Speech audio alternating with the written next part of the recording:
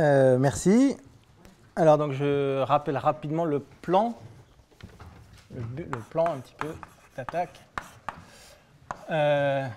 Donc, c'est d'abord faire des rappels un petit peu sur les algèbres de Heisenberg, algèbre de Lie de Heisenberg, et surtout en dimension infinie. Et puis, ensuite, un petit peu de théorie des représentations. Disons des notions de théorie des représentations. Et puis finalement le théorème principal qui est l'analogue algébrique du théorème de Stone-von Neumann, vous avez tous reconnu. Théorème principal, c'est existence et unicité de représentation de plus haut poids. D'accord. Voilà, et puis si j'ai le temps, je reviendrai peut-être de façon un peu plus précise sur ces représentations de l'algèbre de Heisenberg qui proviennent des modèles de bosons et de fermions. D'accord. Correspondance boson-fermion. OK. Alors, j'avais défini ce que c'était que l'algèbre de Heisenberg, l'algèbre de Lie d'Heisenberg associée au groupe Heis 3, mais on peut le faire exactement comme l'a fait Francis. On peut regarder un espace vectoriel symplectique, donc algèbre de Lie de Heisenberg associé à un espace vectoriel symplectique. Donc, je sais pas, on va l'appeler 2.2, pourquoi pas. Alors, comment ça marche? En fait, c'est juste une généralisation de la formule que j'avais écrite. On reconnaît le AC' moins A'C comme la forme symplectique standard sur l'espace à deux dimensions. Donc, on suppose que V, c'est un espace vectoriel. Et puis, oméga, c'est une forme alternée, antisymétrique, sur C, qui est donc antisymétrique et non dégénérée, donc une forme symplectique. Alors, je vais pouvoir définir sur une extension de V de dimension 1 une structure d'algèbre de Lie. Alors, comment je fais ça? Je vais appeler, disons, Heis de V et cette forme symplectique. Par définition, comme espace vectoriel, c'est juste V plus C fois un élément que j'appelle petit c. Et le crochet de Lie, donc muni du crochet,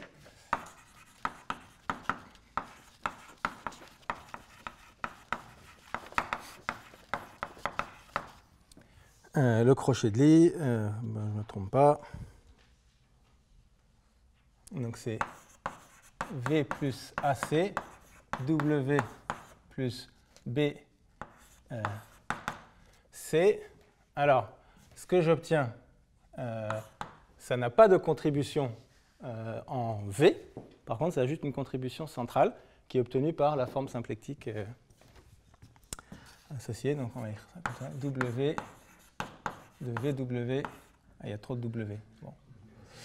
Ça, c'est un oméga. Ça, c'est un oméga. Voilà. Hop. Et pas ça. Si. Et ça, c'est un V. OK. On va dire que c'est bon. Voilà. Donc ça, je pense que tout le monde reconnaît cette formule. C'est exactement la même formule dans le cas des algèbres de Lie que dans le cas du groupe. Alors, Francis avait fait la remarque aussi ce matin. Dans V, c'est un espace vectoriel forcément de dimension paire, et dans V, je peux prendre un sous-espace de dimension moitié sur lequel la forme s'annule totalement. Donc un sous-espace lagrangien, et je peux même choisir une base de ce sous-espace lagrangien, que je peux appeler PI, et je peux prendre la base duale des QI, Et du coup, je pourrais écrire, donc modulo le choix d'une base,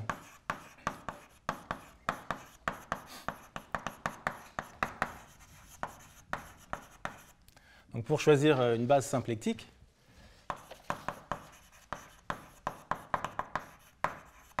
ça s'écrit, donc eyes, V oméga, c'est somme des PI plus somme des QI plus C avec les relations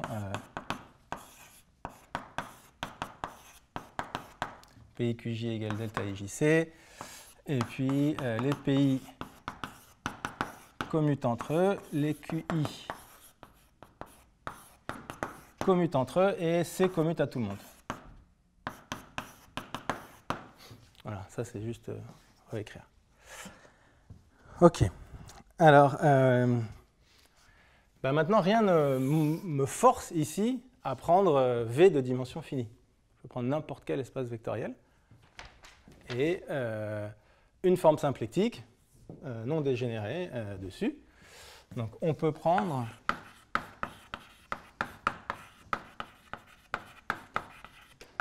V de dimension infinie, dénombrable, hein, bien sûr. Pourquoi pas.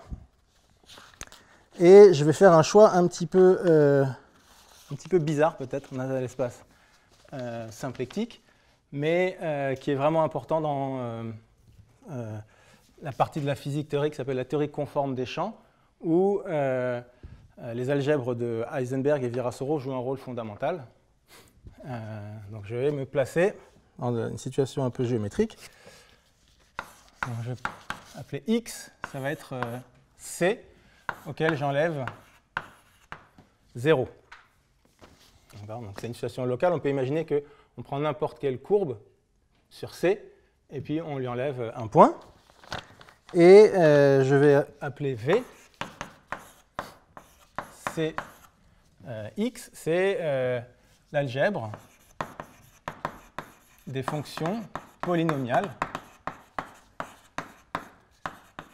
sur X. Alors, polynomial, si je choisis une coordonnée locale, d'accord, donc si je choisis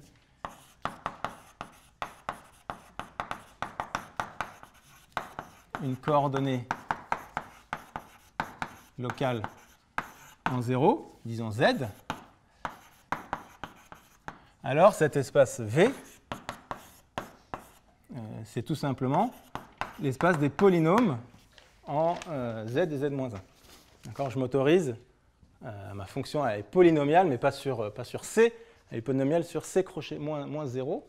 Donc j'autorise des pôles, et je dis que là-dessus, je peux le munir d'une structure symplectique qui est définie de la façon suivante.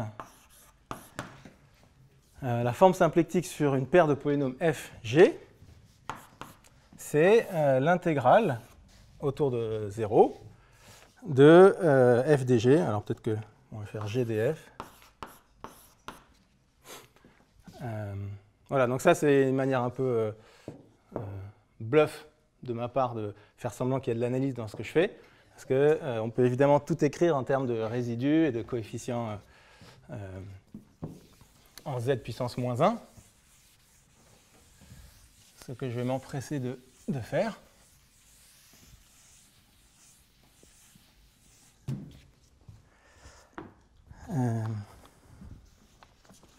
Donc ici, quand j'écris ça, h de z, c'est juste le coefficient de h moins 1 si h, c'est somme des hi z puissance i. D'accord, donc c'est vraiment du bluff. Le coefficient h moins 1. Le coefficient de h moins 1.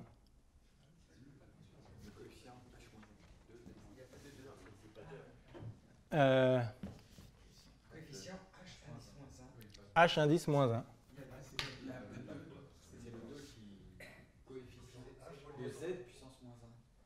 Coefficient de z puissance moins 1. Ici, c'est dz, pardon.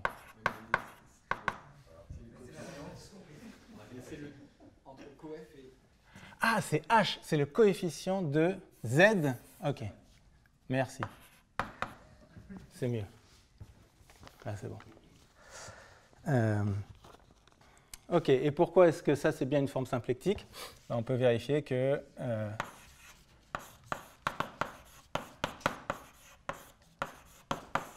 GF, c'est l'intégrale de la différentielle totale de FG, et ça fait 0.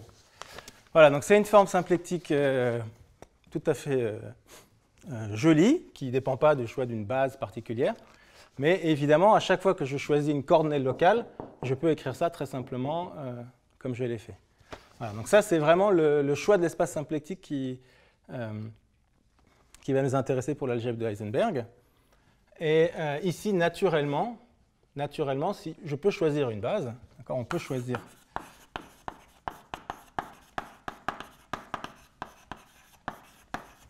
une base, je ne sais pas si j'ai donné un nom, BI égale Z puissance I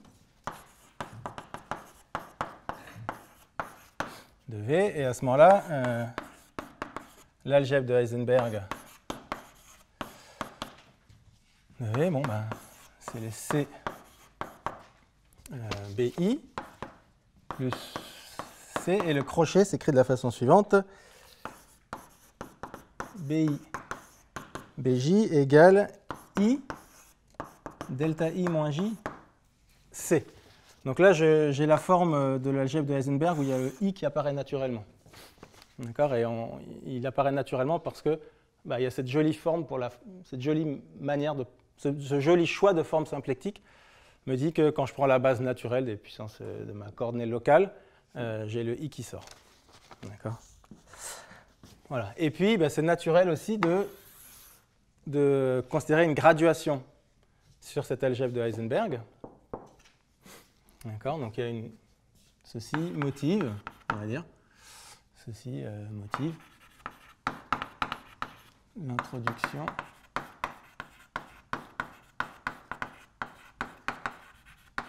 d'une Z graduation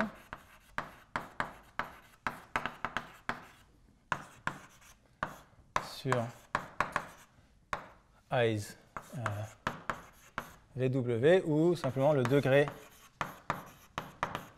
de BI, alors que je ne fasse pas de bêtises, c'est I ou moins I. Et non, j'ai marqué I. C'est I, et le degré de C, c'est 0. Donc qu'est-ce que ça veut dire mettre une Z graduation? Ça veut juste dire que ici, quand on regarde le crochet, c'est nul, sauf si I est égal à moins J, et effectivement, cette relation est homogène. Donc les éléments de mon algèbre de Heisenberg ne sont pas forcément homogènes, mais en tout cas, je peux décomposer cette algèbre, cet espace vectoriel, comme somme directe d'éléments qui sont homogènes.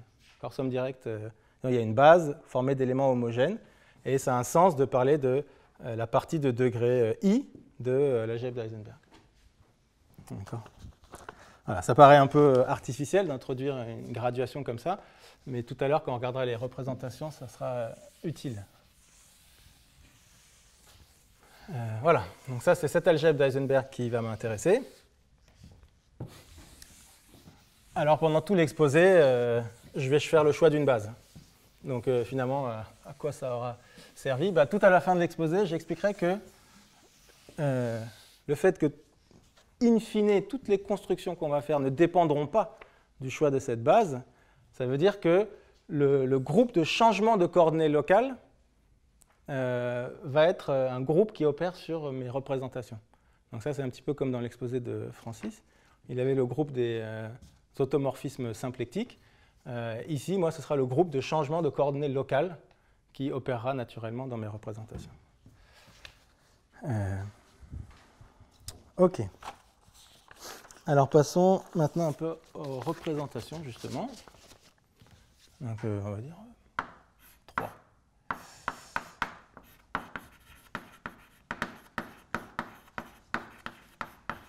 Théorie des représentations. D'abord un petit peu général. Alors, si G est un groupe, une représentation de groupe, d'un groupe. Là, on a déjà vu dans l'exposé de Francis. Une représentation de G, ben, c'est un morphisme. On va l'appeler ρ de G dans le groupe des endomorphismes. Donc automorphisme, bon, je vais écrire, écrivons automorphisme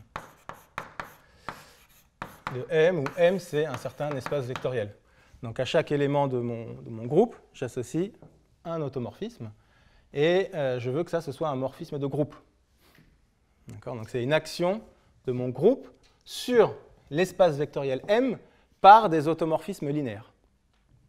Voilà. Donc c'est ça qui nous intéresse, c'est un peu restreint, on peut vouloir plutôt regarder des représentations de groupes comme symétrie, groupe de symétrie d'une variété différenciable par exemple. Bon, ici on fait de l'algèbre, donc on se restreint au cadre linéaire. Et donc l'idée c'est que par différenciation,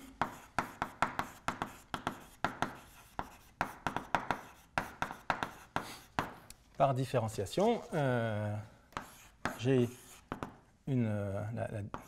la différentielle en l'identité de ma représentation, c'est un morphisme de G dans la différentielle en l'identité de ce groupe d'automorphismes qui est juste le groupe des endomorphismes linéaires. Et ça, comme j'ai expliqué ce matin, dans G, il y a quand même un morceau de la structure de groupe, c'est le commutateur. Et donc, si ça, c'est un morphisme de groupe, ça va être un morphisme d'algèbre de Lie. Donc, la différentielle vérifiera, donc on va l'appeler D ρ, vérifiera, je vais l'appeler ρ'I, vérifier la propriété suivante. Si je prends deux éléments, bon, écrivons-le comme ça. Si je prends l'image de deux éléments de mon algèbre de Lie et que je fais leur commutateur dans l'espace, dans l'algèbre des endomorphismes, eh bien, j'ai l'image de leur commutateur. Voilà. Donc ça, c'est tout ce qu'on a du fait que ça, c'était un morphisme de groupe. On n'a plus que cette propriété-là. Donc ça, c'est ce qu'on appelle, c'est ça, une représentation d'algèbre de Lie.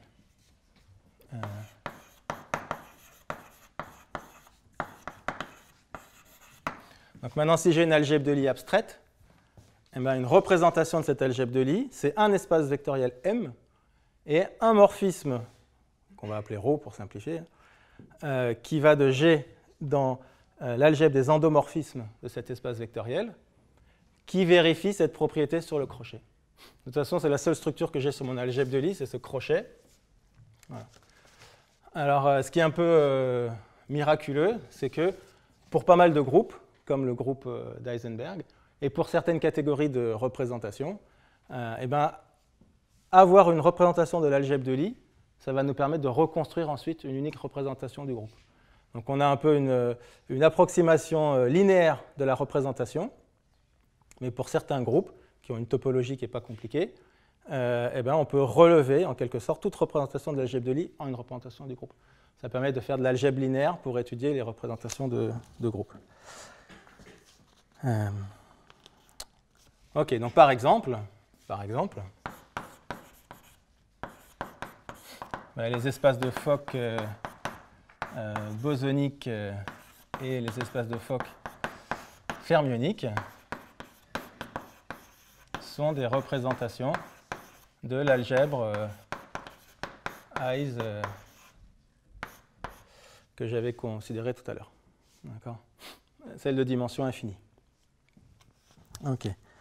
Alors maintenant, il y a quelques notions de représentation d'algèbre de Lie qui proviennent des notions de représentation de groupe. Donc je vais juste énoncer rapidement ces notions-là. Et puis ensuite, on passera au cas plus précis des représentations de l'algèbre d'Heisenberg.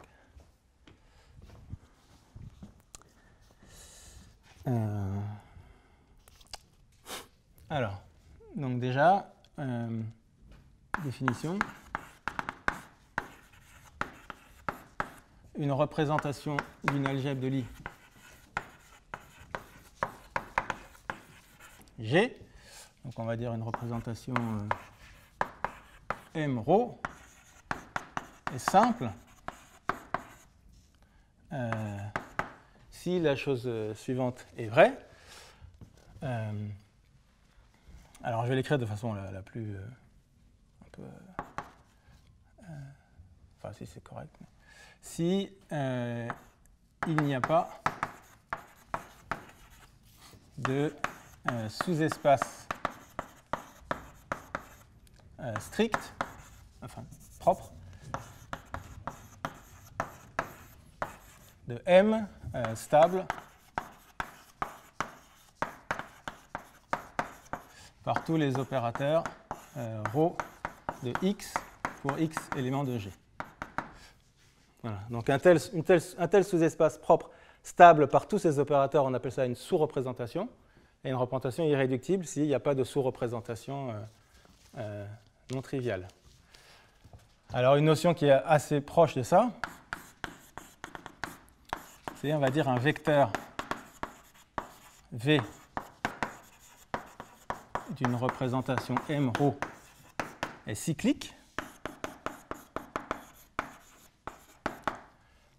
si eh bien, la plus petite sous-représentation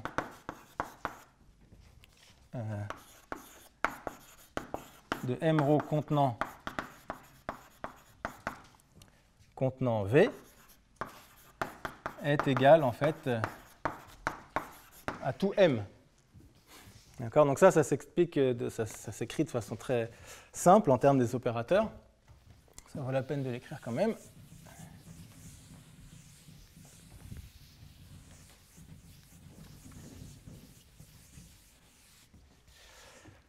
Donc ça veut dire que je pars de mon vecteur V, et puis, alors je vais écrire comme ça, je vais faire.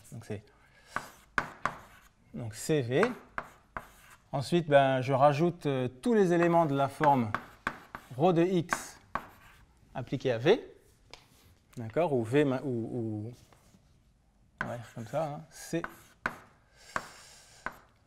Je pense que je vais essayer d'être un peu plus précis, c'est une somme indexée par des trucs méchants. Donc on va dire, comment on dit le span en français?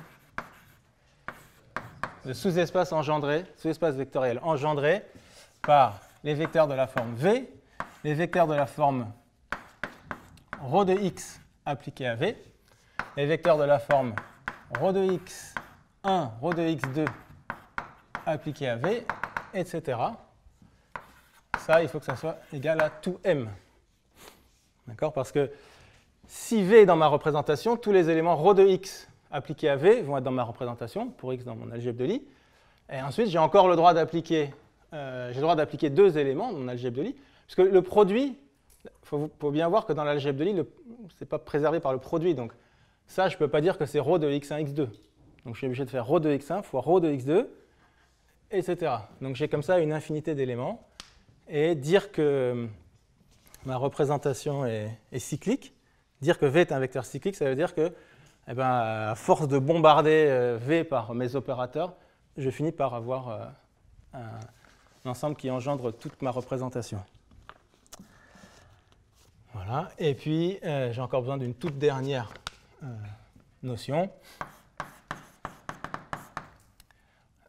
Soit G, soit M ρ, une représentation d'une algèbre de Lie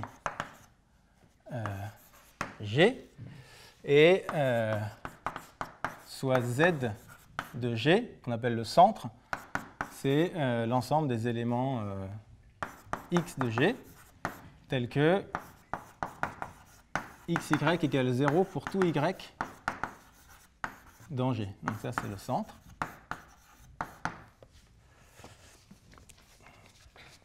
Alors, une représentation. Donc, on dit donc, M ρ est de caractère central.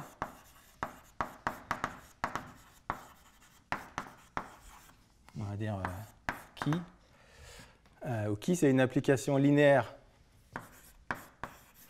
de Z de G dans C si et ben pour tout petit x élément du centre, ρ de x égale qui de x fois l'identité. Bon, autrement dit, je veux me garder en tête uniquement des représentations dans lesquelles le centre agit par certains scalaires. D'accord ? Donc si on va regarder des représentations irréductibles et de dimension finie, en fait c'est automatiquement le cas. D'accord ? Ça apparaissait aussi dans l'exposé de Francis, c'est le fameux lemme de Schur. Et il a même pris ça en fait comme définition, caractérisation du fait qu'une représentation est simple. Ok, donc là je vous ai un petit peu ennuyé avec plein de définitions. Donc voyons ce que ça donne dans le cas précis des algèbres de Heisenberg. Donc on va dire 3.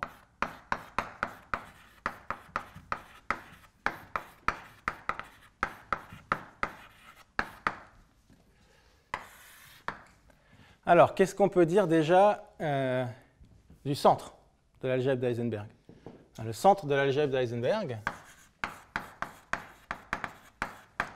il y a juste l'élément central C. Ça vient du fait que la forme symplectique est non dégénérée. Donc, je peux toujours trouver un autre vecteur sur lequel la forme est non nulle.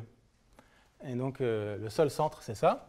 Et donc, dans ce cas-là, on a un terme un petit peu plus précis pour l'algèbre d'Heisenberg. On dit une représentation de Heis et de niveau qui, maintenant qui, je vois juste ça comme un élément de C, si ρ de C égale à qui. Ok. Alors, donc, je vais juste énoncer dans le cas du théorème de l'algèbre d'Heisenberg, le théorème un peu général que je viens de dire. Donc, soit donc proposition, soit M ρ, une représentation irréductible de dimension finie de Heis. Alors, en fait, je mets un peu plus précis. Donc, elle est irréductible. Irréductible, c'est la même chose que simple. D'accord ? Alors, eh ben, M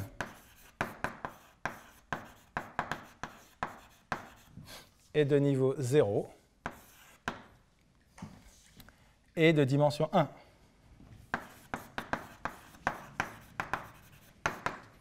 Voilà, donc ça termine très rapidement la théorie des représentations des algèbres d'Heisenberg. Parce que je veux que M soit de niveau 0, ça veut dire que je détruis tout ce qui est intéressant dans les algèbres d'Heisenberg. C'est cette extension centrale. Si je regarde une représentation de niveau 0, ça ne servait à rien de choisir une forme symplectique. Parce que c'est une algèbre de Lie, tous les commutateurs sont nuls. Et donc, voilà. Donc, les représentations de dimension finie des algèbres d'Heisenberg sont totalement inintéressantes. Alors, je peux démontrer ça, c'est très, très rapide en fait. Enfin, quand je dis totalement inintéressante, je suis un peu méchant, parce que les représentations simples sont totalement inintéressantes. Les autres sont en fait... Bon, peut-être j'en dirai un mot rapidement. Alors, démonstration. Alors, d'abord, comme M est de dimension finie,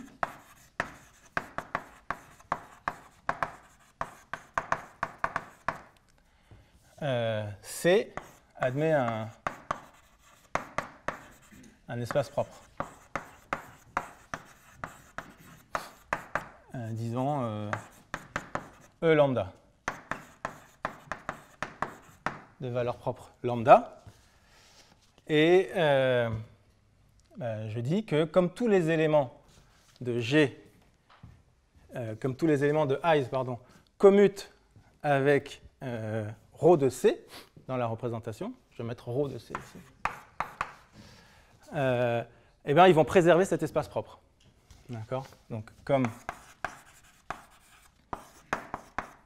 ρ de x commute à ρ de c pour tout x dans G, ρ de x préserve E lambda. Bon, bah, donc E lambda est une sous-représentation.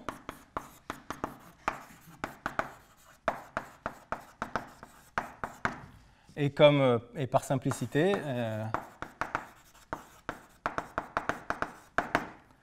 E lambda égale M.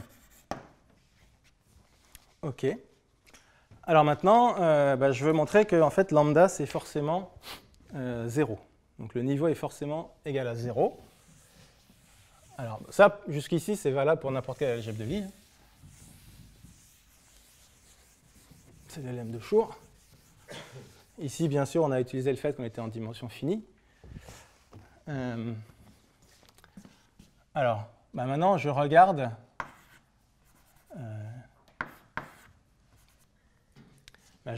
par exemple B-1, pardon,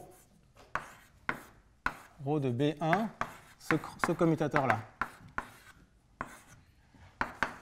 Ça vaut ρ de C. Voilà, parce que c'est une représentation de l'algèbre d'Heisenberg. Je prends la trace.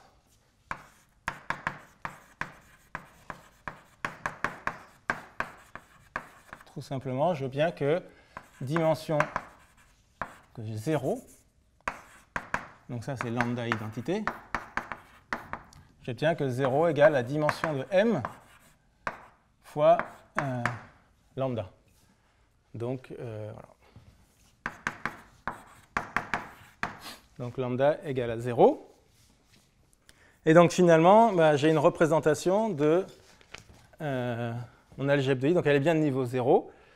Et Heisenberg, quand je fixe le caractère central, bah, le centre à 0, devient une algèbre commutative. Et du coup, je peux faire exactement le même raisonnement que ici. Je prends n'importe quel élément, il admet un vecteur propre, et ce vecteur propre va être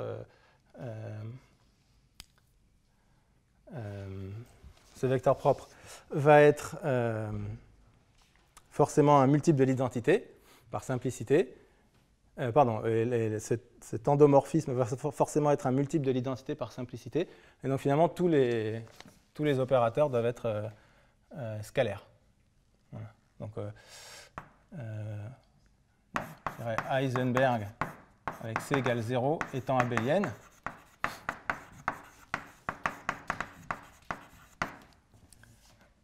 Et M simple.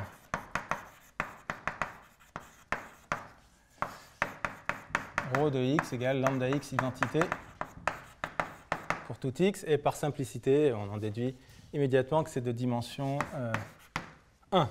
Voilà. Alors peut-être juste un commentaire très rapide. Maintenant, si je m'intéresse aux représentations qui ne sont pas forcément irréductibles, d'accord, mais qui sont de niveau 0, de dimension finie. Donc une représentation qui n'est pas forcément irréductible de niveau 0 de dimension finie, ben, c'est la donnée d'un tas de matrices qui commutent entre elles. Bon, ben, ça, c'est un objet géométrique intéressant. Les uplets de matrices qui commutent entre elles, c'est ce qu'on appelle la variété commutante. Si j'en prends que 2, c'est la variété commutante. Si j'en prends 3, 4, 5, c'est des objets encore plus compliqués, très singuliers. Et donc finalement, là, les représentations elles-mêmes ne sont pas intéressantes. Par contre, la famille de représentations a une structure géométrique intéressante. Bon, mais ça, c'est un peu orthogonal au propos ici. OK.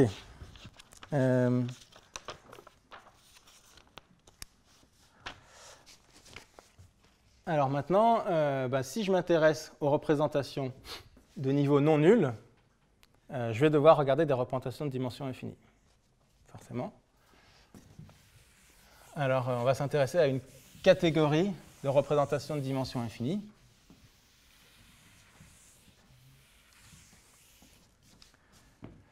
Alors, donc ça va être représentation de plus haut poids.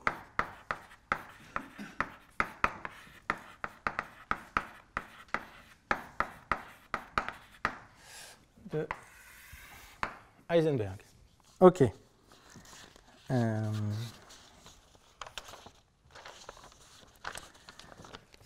Alors, l'idée est la suivante. On va se modéliser un petit peu nos représentations sur les espaces de Fock. Donc, on se dit, bon, on a choisi, si on veut, un sous-espace lagrangien dans notre algèbre de Heisenberg. Donc, je rappelle que Heis V W, c'était les fonctions sur C-0. Alors, à l'intérieur de ça, plus le caractère central, à l'intérieur des fonctions sur C-0, eh ben, j'ai les fonctions qui se prolongent sur C. Donc, j'ai les polynômes, tout simplement, C crochet Z.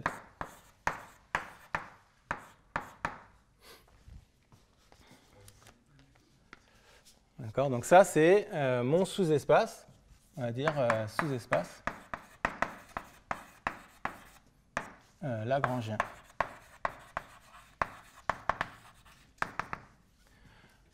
Voilà, donc ça, c'est engendré par les CBI avec I plus grand ou égal à 0. Alors, on va regarder des représentations de l'algèbre d'Heisenberg qui sont engendrées par un vecteur qui est tué par tous ces éléments-là.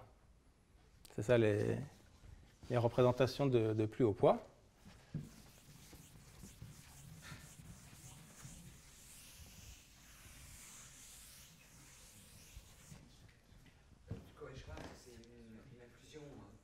C'est une inclusion, oui.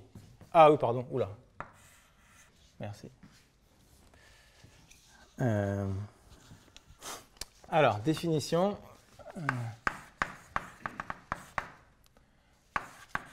Une représentation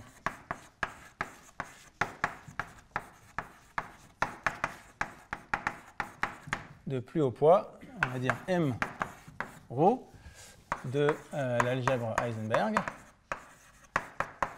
est une représentation qui possède un vecteur de plus haut poids, et on va dire un vecteur cyclique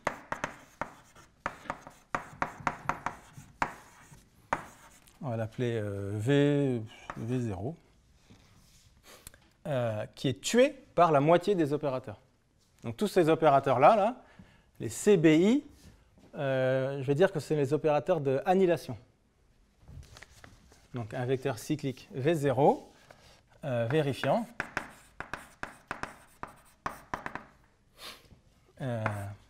BI appliqué à V0. Bon, je vais arrêter de mettre les ρ partout. BI appliqué à V0 égale à 0 si I est plus grand ou égal à 0. D'accord ? Et puis je demande que ce soit une représentation de niveau. Donc C appliqué à V0 égale bêta. Je crois que je l'ai appelé qui dans mon note. Autant faire pareil. Voilà, donc ça joue le rôle du vecteur vide. Et pourquoi on appelle ça une représentation de plus haut poids? Parce qu'une telle représentation va admettre une graduation par une Z graduation, telle que les opérateurs BI changent la graduation de I. Et V0, ça va être le vecteur qui est la plus grande graduation. Tous les autres sont de graduation plus petite, forcément. D'accord, ça c'est la terminologie de représentation de plus haut poids. Bon, alors ce ne sont pas toutes les représentations de l'algèbre d'Heisenberg, loin de là, mais c'est celles-là qui vont nous intéresser. Alors, donc voilà le théorème principal. Donc c'est un peu un analogue algébrique du théorème de Stone-von-Neumann, on va dire. Il dit la chose suivante. pour tout qui élément de C, il existe une unique représentation simple de Hayes de plus haut poids qui. D'accord, un vecteur de plus haut poids, mρ est une représentation. Voilà. Et qui, on appelle ça le plus haut poids.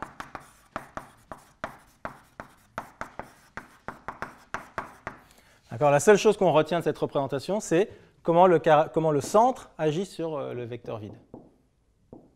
D'accord, et que la moitié des opérateurs agissent par 0 sur le vecteur vide. Voilà.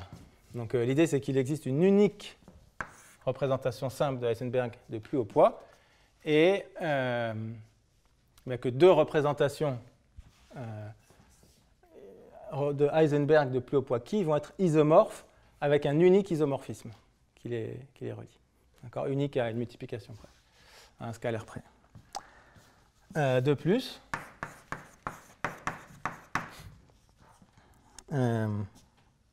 alors, si je regarde la dimension, une représentation simple de plus haut poids, je vais l'appeler L qui, et la dimension de L qui, partie graduée de degré n,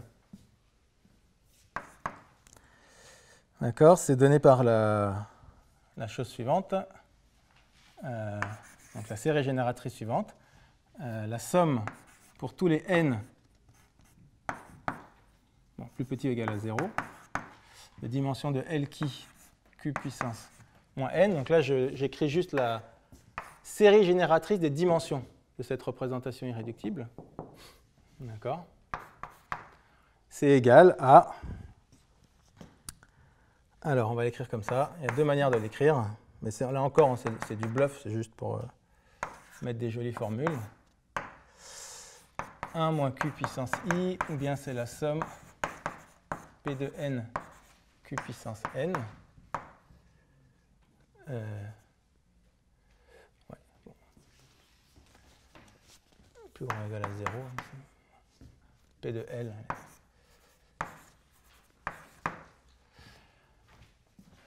Si qui est différent de 0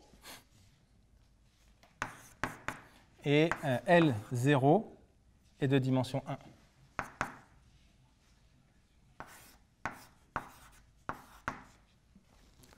Voilà, donc je réexplique ça. Donc le théorème principal, il nous dit la chose suivante. Dès que j'ai fixé mon niveau, le niveau de ma représentation, et que je considère des représentations de plus haut poids, alors il existe une unique telle représentation qui est simple, et voilà sa tête. Si mon plus haut poids qui est 0, bah, j'ai la représentation de dimension finie de tout à l'heure, qui est totalement inintéressante. Mais dès que mon poids, dès que mon centre opère par un scalaire non nul, bah, j'ai une représentation dont je connais précisément la taille. Et la taille, c'est quoi? Ici, j'ai oublié de dire, ça c'est un P. Donc P de L, c'est le nombre de partitions de l'entier L, en somme d'entiers de dimension en somme d'entiers positifs. C'est exactement ce qui est donné par cette série génératrice. Quand je développe la série génératrice, c'est exactement ce que j'obtiens. Autrement dit, ma représentation irréductible de plus haut poids, ben, elle a les dimensions graduées données par ces nombres de partitions. D'accord. Voilà. Alors, je vais essayer d'expliquer. Il me reste 15 minutes. Il y a une chose que je ne comprends pas, c'est l'intérêt de qui. Parce que si on change le vecteur cyclique en le divisant par qui, lorsque qui est non nul, c'est un autre vecteur cyclique. Donc... c'est qui V0. Et merci de ça, c'est vraiment important. Donc oui, le centre opère par... voilà. Voilà, donc il n'y a pas de moyen, c'est vraiment un truc qu'on ne peut pas renormaliser. Voilà. Ah, je suis fatigué. Ouais. Ok, alors peut-être, je ne sais pas si je pourrais démontrer totalement ce théorème, mais je vais donner au moins l'idée. La démonstration, en fait, c'est ultra simple. Quand j'ai assisté à l'exposé de Francis ce matin, je me dis l'analyse c'est quand même plus difficile que l'algèbre parce que ça, ce théorème, c'est... Enfin, certaines parties de l'analyse sont plus difficiles que certaines parties de l'algèbre, on va dire. C'est-à-dire pas grand-chose, hein, je dis rien du tout,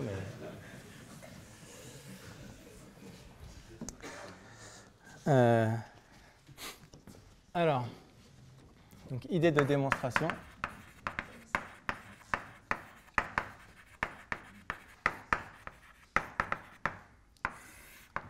Donc on fait de l'algèbre, donc on s'autorise à faire des constructions un peu universelles, un peu abstraites.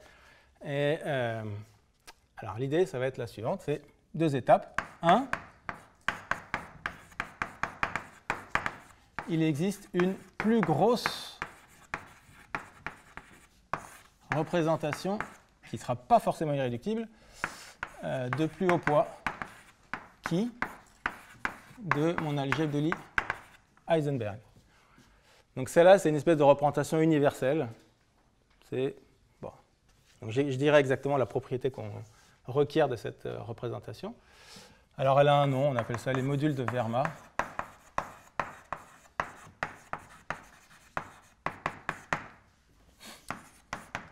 Et 2, ce module de Verma, donc c'est un objet qui est finalement relativement explicite.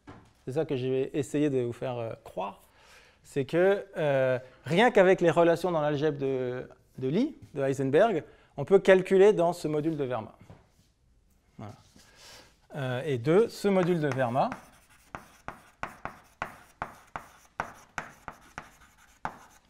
admet une unique sous-représentation maximale.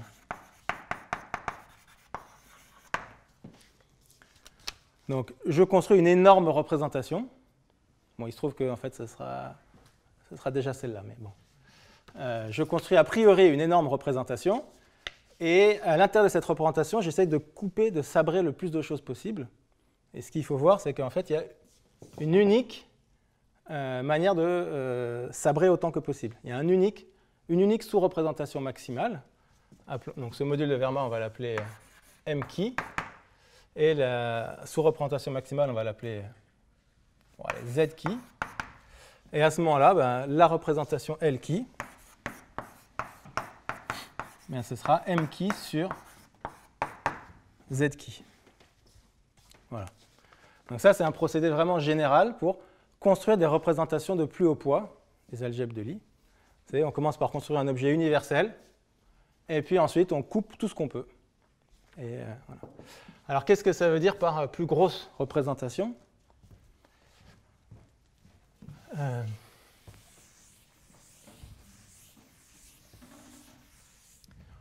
Alors, qu'est-ce que ça veut dire que plus grosse représentation ? C'est qu'on veut la propriété universelle suivante, plus précisément.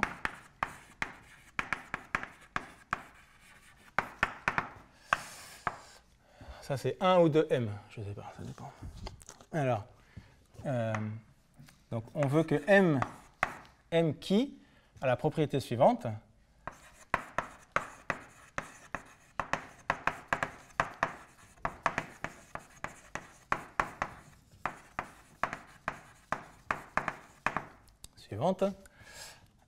Donc c'est bien une représentation de Verma, pardon, c'est bien une représentation de plus haut poids, bien sûr, et donc pour toute représentation de plus haut poids qui, de vecteur, on va dire, on va l'appeler, je cherche une lettre, bon allez, M', et je vais noter V', son vecteur de plus haut poids. D'accord, pour toute représentation de plus haut poids qui, il existe une unique application de M qui dans M', qui en fait est surjective. Mais bon, disons, écrivons. Première application qui envoie mon vecteur de vide V0 sur le vecteur de vide V'0. Appelons ça phi. Donc ça, c'est la condition universelle que je demande. C'est-à-dire que n'importe quelle autre représentation de plus haut poids doit s'obtenir finalement, pour n'importe quelle autre représentation de plus haut poids, j'ai bien une application de m qui dans m' qui envoie mon vecteur de plus haut poids v0 dans le vecteur de plus haut poids de m'. D'accord ? Alors je dis que automatiquement, alors peut-être qu'il faut que je sois un peu plus précis, une application compatible à l'action de mon algèbre Heisenberg. C'est-à-dire que quand je prends un élément x de mon algèbre d'Heisenberg, je regarde son action sur un vecteur ici, et ensuite j'applique phi. C'est la même chose que si j'appliquais phi d'abord, et ensuite je regarde l'action de l'algèbre d'Heisenberg. Bon, d'accord. OK. Alors je dis que forcément, un tel morphisme ici est surjectif.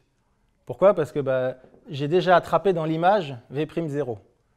Et je sais que, par définition, M' est engendré par v'0. v'0 est un vecteur cyclique. Donc forcément, dès que j'ai chopé v'0, j'ai tout M'. D'accord ? Donc ce qu'il faut, c'est montrer qu'il existe une telle représentation, un tel morphisme. Alors l'idée pour construire ces modules, c'est finalement, alors il y a deux manières de le construire. Donc il y a une manière très rapide mais qui utilise la technologie. Donc on va dire deux manières de le construire.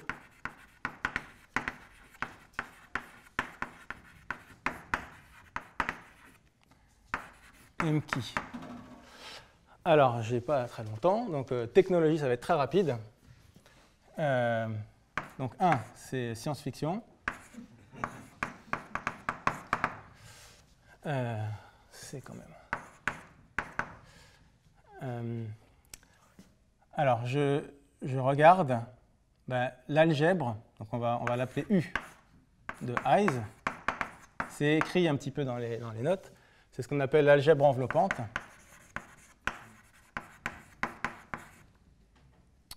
Là, franchement, j'ai honte. Je sais pas. Bon, algèbre enveloppante de Heis. Et on va dire la chose suivante, c'est l'algèbre engendrée, l'algèbre associative engendrée par des générateurs X pour X éléments de mon algèbre de Lie, soumis aux seules relations X fois Y moins Y fois X dans mon algèbre, d'accord, donc je mets des produits comme ça, est égal au crochet XY. Alors ça, c'est sûr que la première fois qu'on voit ça, c'est pas évident, mais en gros, voilà. Ça, c'est une algèbre de Lie.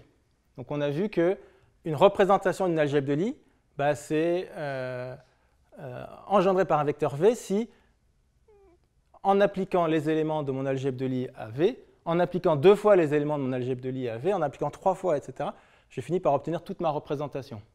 Donc ce n'est pas vrai qu'il suffit d'appliquer une fois les éléments de mon algèbre de Lie pour avoir toute la représentation. Donc la manière de présenter ça bien, c'est de considérer une algèbre, mais pas une algèbre de Lie, une algèbre usuelle, d'accord, qui est formée de tous les produits possibles d'éléments de mon algèbre de Lie, produits formels comme ça, mais il y a quand même une relation que j'impose, c'est que x fois y moins y fois x dans mon algèbre, c'est x, y. Voilà, c'est ça la condition qu'on impose. Donc voilà, on peut décrire ça en termes d'algèbre tensorielle, etc. Je ne vais pas le faire. Et ici,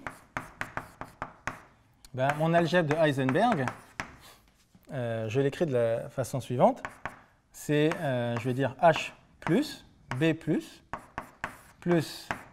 le centre, plus, je vais juste avoir en 2 crans, B plus B moins.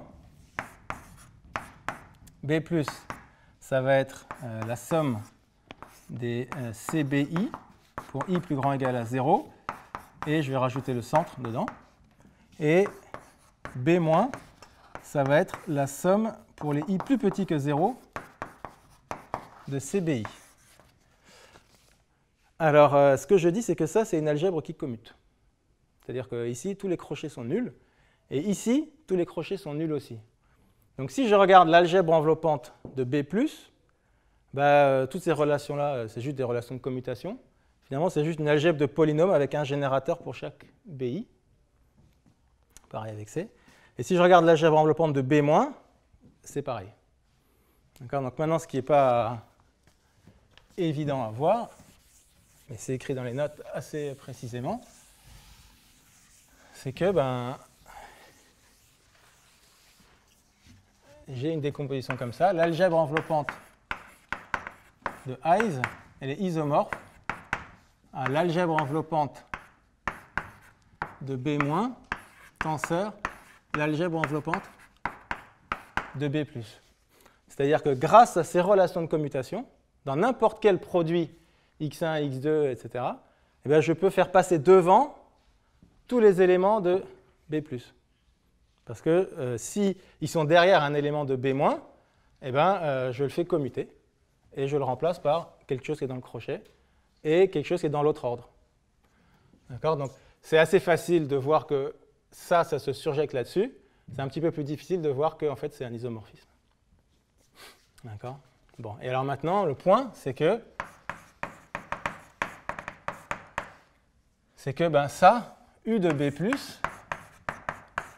ça opère sur CV0. Ça opère trivialement. En fait, tous les éléments ici opèrent par 0 et ça opère par un scalaire. Et donc, ça, c'est une représentation sur U de B+. Et maintenant, le module de Verma M qui, je le définis comme U de H tensorisé au-dessus de U de B+, par cette représentation. Voilà. Et donc, c'est expliqué dans les notes pourquoi ça, c'est le module de Verma. Mais c'est sûr que ce n'est pas satisfaisant de voir ça au tableau. Donc, je vais quand même essayer de prendre un petit peu de temps pour expliquer déjà à quoi ça ressemble et pourquoi, en faisant des calculs à la main, on voit que ça doit ressembler à quelque chose comme ça. Et ça, c'est isomorphe par ce théorème-là à U de B-. U de B-, U de B- appliqué à V0. Alors, donc essayons d'expliquer à la main un petit peu à quoi ça ressemble.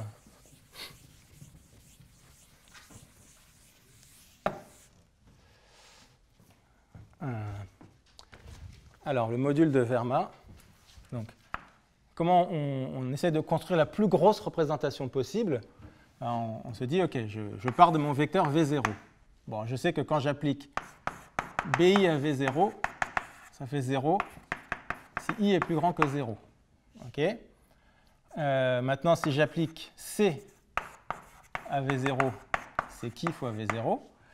Maintenant, si j'applique un B moins L, moins I, disons, moins I, à V0, bon, a priori, je ne sais pas ce que c'est, mais dans la représentation la plus grosse possible, je vais dire que ça, ce n'est pas nul. Je vais dire que voilà, ça fait des éléments qui sont linéairement indépendants. D'accord ? Donc, je vais dire l'ensemble des I pour I plus grand que 0, je les prends linéairement indépendants. Bon, et puis j'ai envie de continuer comme ça. Alors, très naïvement, je pourrais dire, je vais prendre maintenant les BJ, BI, V0, je vais les prendre tous linéairement indépendants, et puis il sera la plus grosse possible. Sauf que je dois quand même vérifier que c'est une représentation de mon algèbre d'Heisenberg. Donc si maintenant j'essaie d'appliquer BJ à B moins I, je suis obligé de faire la chose suivante. Ça doit vérifier la relation suivante, c'est que ça doit être égal à B moins I, BJ, V0, plus le commutateur entre BJ et B moins I fois V0. C'est obligé d'avoir cette relation-là. Alors, qu'est-ce que ça me donne? Ça me donne, par exemple, que BJ, B moins I, V0, ça vaut 0 si J est différent de I. D'accord? Et si j est positif. Si j est différent de i et j positif. D'accord? Par contre, ça me dit que bi appliqué à b moins i v0, avec ce même truc. Ici, le bi, ça va faire 0, et donc il me reste juste le commutateur. Et donc ça va me faire i fois c appliqué à v0, ça me fait i qui v0. Donc juste en utilisant les règles, c'est-à-dire qu'on s'est dit que ça doit être une représentation d'algèbre de Lie, eh ben, je peux calculer bj, b moins i pour j plus grand que 0. D'accord? C'est fait soit 0, soit i qui v0. Alors par contre, b moins j, si j est négatif, bj, b moins i, ça commute. Et ça me dit juste que donc si j est plus petit que 0, j'ai juste que b moins i, b, on va écrire comme ça, b moins j, bi, v0, c'est b moins i, b moins j, v0. D'accord? Parce qu'il commute. Et finalement, je continue comme ça.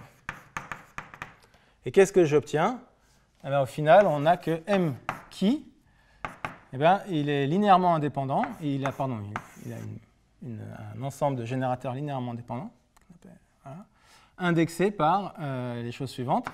I1, alors on va les appeler N1, N2, et c'est B-1, N1, B-2, N2, etc.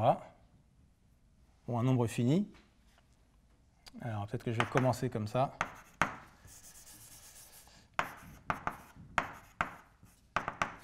Avec ni égale à 0 pour i plus grand que 0, appliqué au vecteur vide.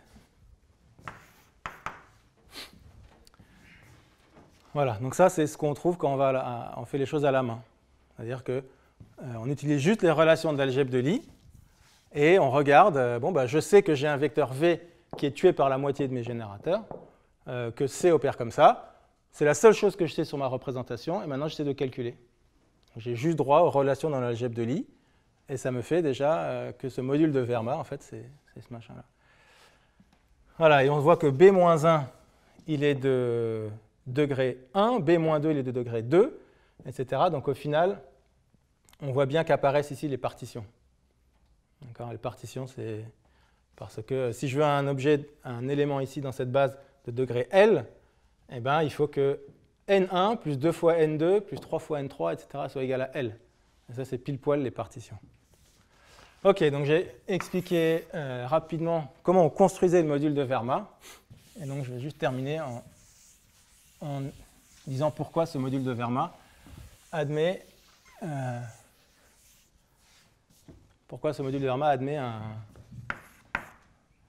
un unique sous-module maximal. Donc M qui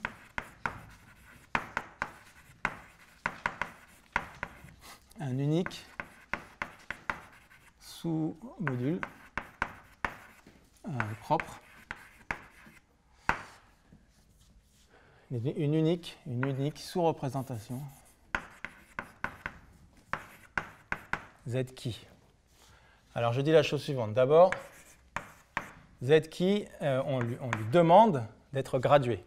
D'accord, j'étais peut-être un petit peu rapide là-dessus, mais on veut que toutes nos représentations soient graduées. Donc Z qui, ça va être la somme directe pour tous les n de Z qui en degré n, où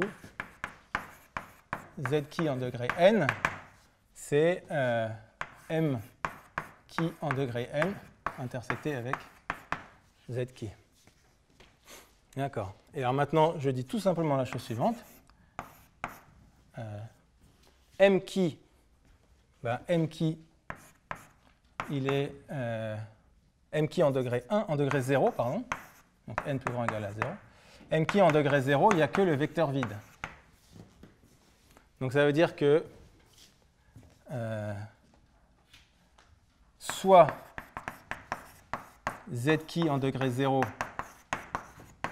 est égal à CV0, soit z qui est inclus dans la somme directe pour les n plus grands ou égal à 1 de z qui n.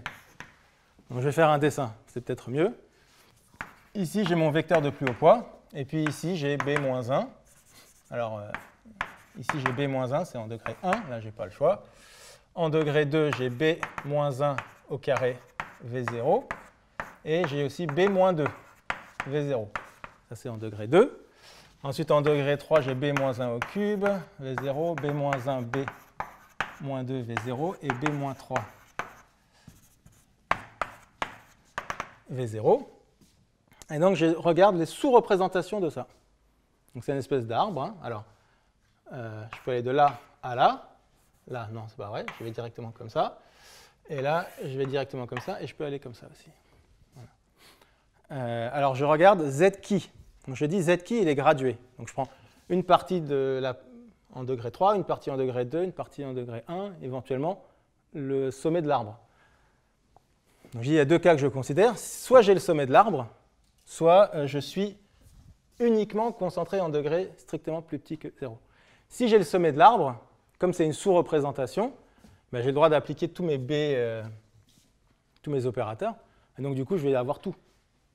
D'accord ? Donc, le premier cas n'est pas possible. Donc, si z qui 0 égale CV0, alors z qui égale m qui, parce que V0 est cyclique.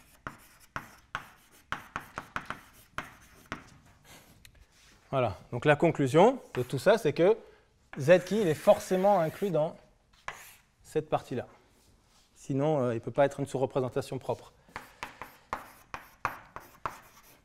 Il est inclus dans m qui, on va dire, plus grand ou égal à 1. Bon, mais alors, à ce moment-là, ça c'était pour n'importe quelle sous-représentation, ben, je vais prendre la somme de toutes les sous-représentations. C'est ça qui est magnifique, c'est vraiment simple. Donc là, j'ai montré que... peut-être que... Ouais, je vais mettre d'abord soit z qui une sous-représentation propre de m qui. Donc j'ai écrit comme ça. Et je vois que toute sous-représentation propre de m qui est forcément inclue dans cette partie-là de la représentation. Et donc, je peux prendre la somme, qui ne sera pas directe, la somme de toutes ces sous-représentations, c'est encore inclus dans ce sous-espace strict. Et donc, c'est encore propre. Donc, ça veut dire que la somme de toutes les sous-représentations est encore une sous-représentation propre, c'est forcément la sous-représentation maximale. D'accord, donc z qui, de point égal, somme, je vais l'appeler y qui, où y qui est une sous-représentation propre. Ben, ça, c'est inclus dans m qui plus grand ou égal à 1. Et donc encore propre. Donc z qui est l'unique sous-représentation propre maximale. Voilà, c'est presque trop facile. Enfin, quand on a vu ça depuis 25 ans. Et donc ben, maintenant, comment on termine le théorème? Donc, je n'ai pas le temps, hein, mais en même pas 2 minutes. Donc, je vais dire, pour terminer le théorème,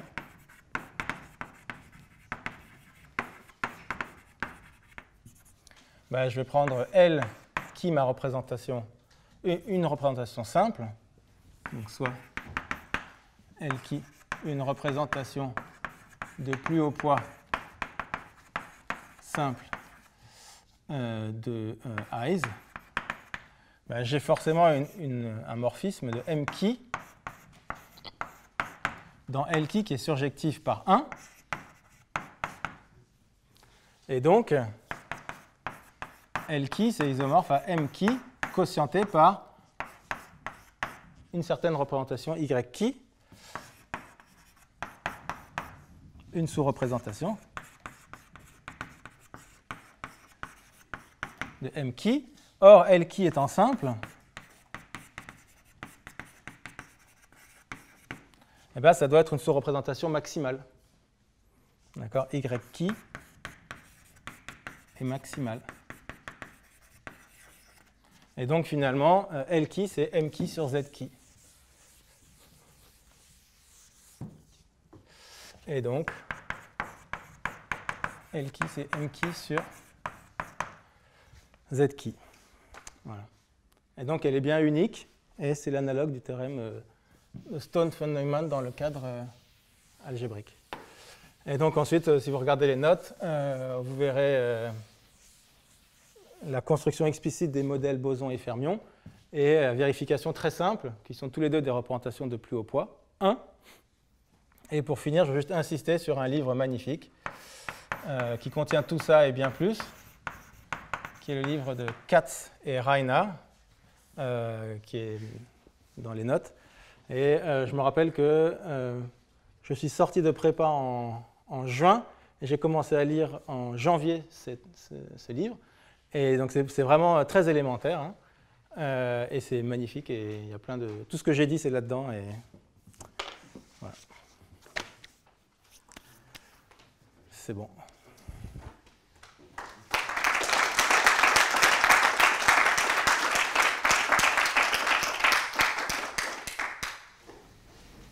Merci. Est-ce qu'il y a des questions? D'autres peuvent poser aussi des questions.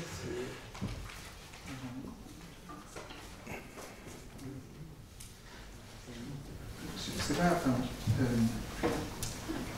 on a l'impression que enfin, j'en ai deux, je parlais bon. Je me suis demandé à quel moment, finalement, l'algèbre de Heisenberg que vous construisez, elle se mettait à opérer. D'accord? C'est-à-dire, voilà. Et la solution que tu proposes, c'est vraiment une solution abstraite. Voilà. Ouais. À quel moment, par exemple, elle est réalisée par une algèbre d'opérateurs différentiels, ce genre de choses, ce qui est fait après de manière concrète.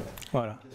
Et en plus, les deux manières que tu as eues de présenter le truc, il me semble qu'elles sont un peu similaires dans la mesure où, en fait, on part d'une représentation de l'élément central.